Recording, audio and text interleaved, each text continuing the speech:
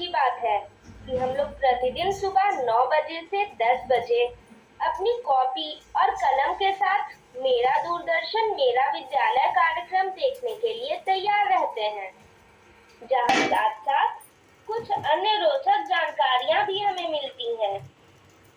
कार्यक्रम में बताई जाए ताकि बाद में उनका रिवीजन कर सकें।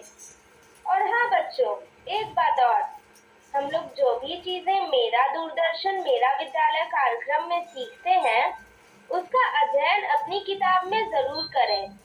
इससे उन चैप्टर्स को हम पूरी तरह समझ पाएंगे। तो आज हम लोग सबसे पहले सुनेंगे बापू की बाती, जिसमें हम राष्ट्रपिता महात्मा गांधी के जीवन प्रसंग से जुड़ी बातों को सुनकर प्रेरणा पाते हैं। उसके बाद हम लोग पढ़ाई करेंगे गणित की, जिसमें सबसे पहले क्लास 6 में जिस चैप्टर का अध्ययन करेंगे उसका नाम है रेखाखंडों का मापन। उसके बाद क्लास 7 में एक व्यंजक के पद के बारे में पढ़ाई करेंगे। फिर क्लास 8 में समझेंगे बट्टा और कर को, और अंत में जानेंगे कि इंस्पायर अवार्ड क्या है और इसमें कैसे भाग लिया जा सकता है। तो चलिए शुरू करते हैं आज की गणित की क्लास मेरा दूरदर्शन मेरा विद्यालय के साथ। फहमी हो गई थी कि साफ सुथरी लिखाई का शिक्षा से कोई लेना देना नहीं है। बड़े होने के बाद गांधी जी ने अपनी खराब लिखावट सुधारने की कई बार कोशिश करी, लेकिन बचपन की बिगड़ी आदत फिर ठीक नहीं हुई। उनका लिखा हुआ पढ़ना मुश्किल होता था।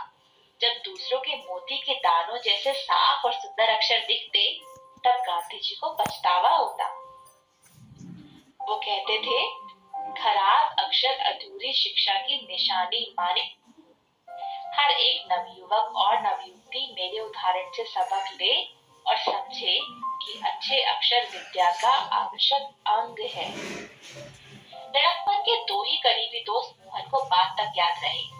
पहले ने उनका साथ इसलिए छोड़ दिया क्योंकि उनकी दोस्ती दूसरे से हो गई थी। ये दूसरा लड़का मोहन के मंझले भाई करसन दास का दोस्त था। दोनों की ही पढ़ाई में रुचि नहीं थी। दोनों बार बार फेल होकर मोहन आ चुके थे।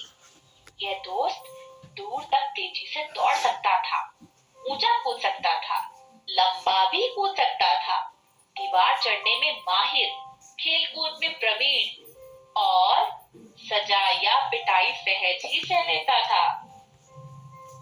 मोहन का स्वभाव एकदम उल्टा, डरपोक, शरीर से दुर्बल, ना दौड़ते बनता ना कूदते बनता। कोई डांट दे तो रो पड़ते, पिटाई। चलिए पहले हम समझेंगे रेखा और रेखाखंड में क्या अंतर है। अगर हम कागज पर दो बिंदु बनाते हैं और इन्हें सबसे छोटे मार्ग से जोड़ते हैं तो हमें एक रेखाखंड यानी लाइन सेगमेंट प्राप्त होता है। रेखाखंड के दो बिंदुओं के बीच की दूरी को हम उसकी लंबाई कहते हैं। किसी भी रेखाखंड की एक निश्चित लंबाई होती है। अगर हम रेखाखंड को दोनों ओर बिना किसी अंत के बढ़ाते चले जाएं, तो हमें एक रेखा प्राप्त होती है।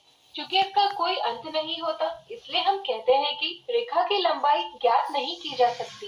इस तरह से हम कह सकते हैं कि रेखाखंड रेखा का एक भाग है जिसकी लंबाई निश्चित होती है।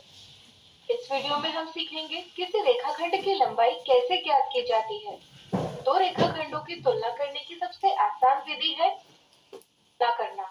जैसे दिए चित्रों को देखिए, क्या बता सकते हैं कौन से चित्र में पेड़ों के बीच दूरी ज्यादा है?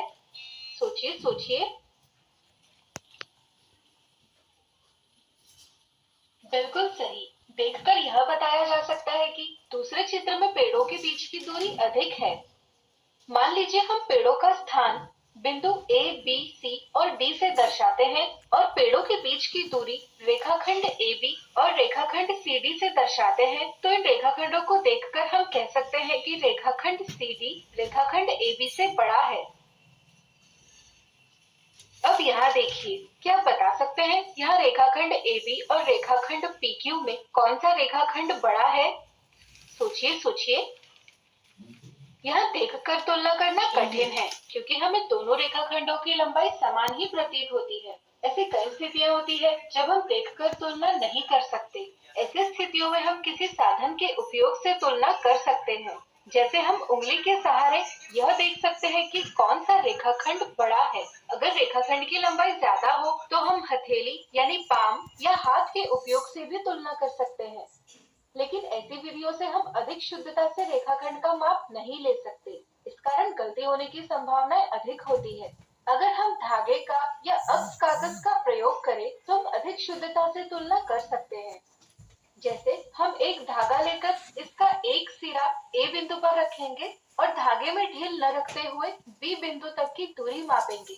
अगर हम धागे में ली गई दूरी को वैसा का वैसा रखकर इसकी तुलना रेखाखंड PQ की दूरी से करेंगे तो यहाँ हमें पता चलता है कि रेखाखंड AB रेखाखंड PQ से बड़ा है।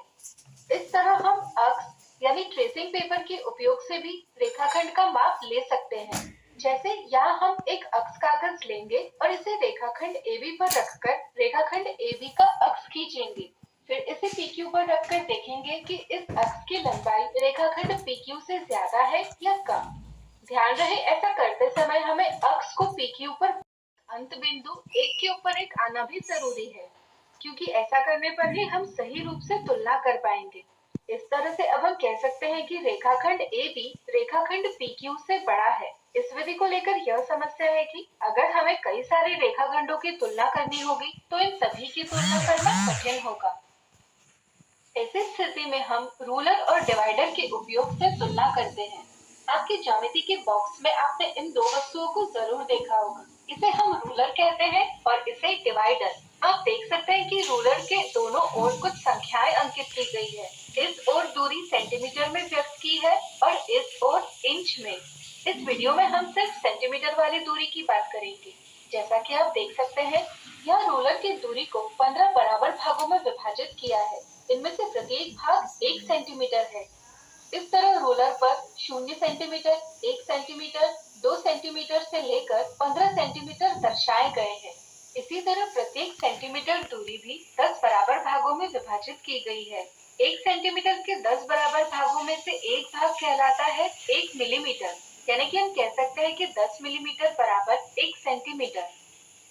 अब हम रूलर के उपयोग से रेखाखंड की लंबाई का माप ले सकते हैं। किसी रेखाखंड की लंबाई मापने के लिए हम उसके एक बिंदु पर रूलर का शून्य रखते हैं और रूलर को रेखाखंड के समानांतर रखकर ज्ञात करते हैं कि दूसरा बिंदु रूलर पर कहाँ आ रहा है।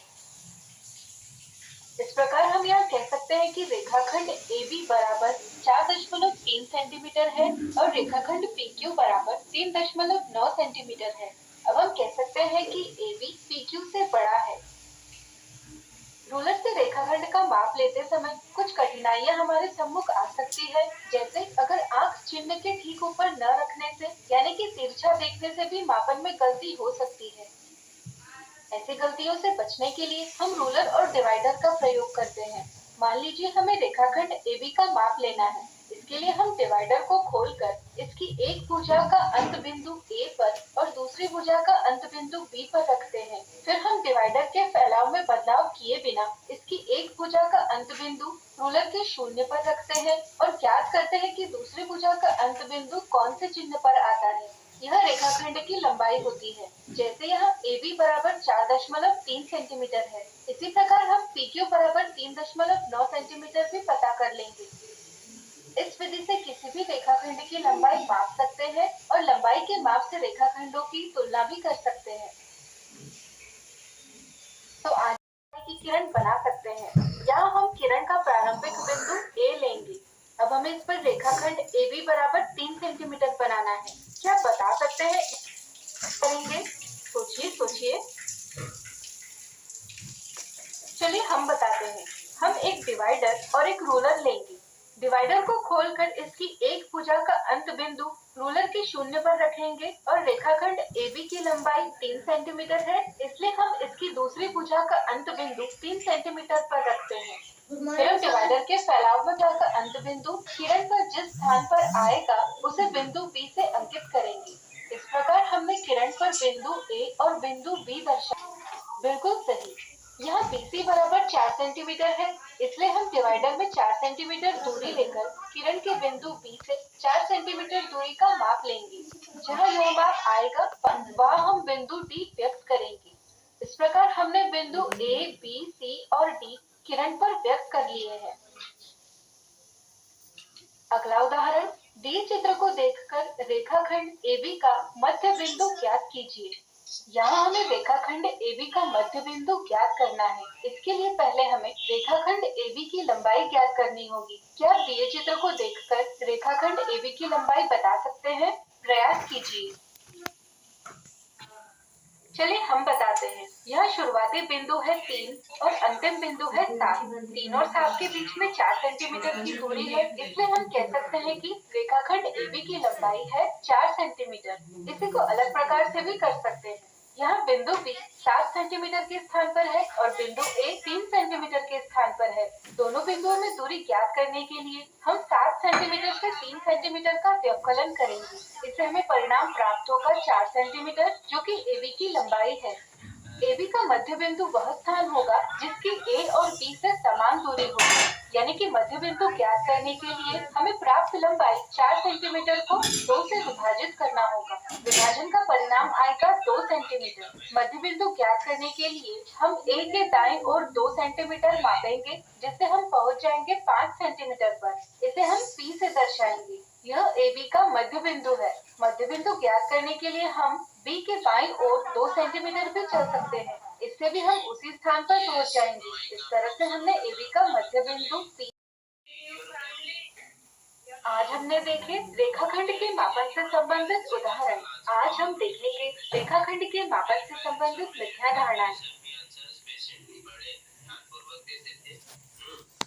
मिथ्या धारणा 1। सुनील ने एक रेखाखंड खींचा। रेखाखंड की लंबाई मापने के लिए उसने आंख को चिन्ह के ऊपर रखा और रेखाखंड की लंबाई 5.5 सेंटीमीटर प्राप्त की। उसके दाईं ओर बैठे राकेश ने इसकी लंबाई 5.4 सेंटीमीटर प्राप्त की। इसी तरह उसके बाईं ओर बैठे हर्ष ने रेखाखंड की लंबाई 5.6 सेंटीमीटर प्राप्त की। याद कीजिए तीनों में सही जवाब किसने प्राप्त किया? जब भी हमें किसी रेखाखंड की लंबाई ज्ञात करनी हो, तब हम रूलर को ठीक रूप से रखकर माप लेते हैं। माप लेते समय यह आवश्यक है कि आंख चिन्ह के ठीक ऊपर होनी चाहिए। रेखाखंड की लंबाई मापने के लिए यह सुनील ने आंख चिन्ह के ठीक ऊपर रखी है, इसलिए उसे सही लंबाई प्राप्त हुई है 5.5 सेंटीमीटर। राकेश और हर्ष क्रमशः सुनील के दाएं और बाएं 6 सेंटीमीटर लंबाई प्राप्त हुई है, जो कि गलत माप है। इसलिए ध्यान रहे किसी रेखाखंड की लंबाई मापते समय आंख चिन्ह के ठीक ऊपर होनी चाहिए। इसलिए ये सवाल का सही जवाब है ऑप्शन ए, जबकि ऑप्शन 2 और ऑप्शन 3 गलत जवाब है। खंड की लंबाई नहीं मापी जा सकती। इस समझ के साथ वे ऑप्शन ए यह गलत जवाब देते हैं, जबकि सही समझ यह है कि हम 2D रूलर से भी किसी रेखाखंड की लंबाई ज्ञात कर सकते हैं। 4 सेंटीमीटर बराबर 7 सेंटीमीटर ज्ञात कर सकते हैं। सोचिए ऐसा हम क्यों कर सकते हैं? कभी कभी बच्चे 2D रूलर से लंबाई ज्ञात करते समय बच्चे प्रारंभिक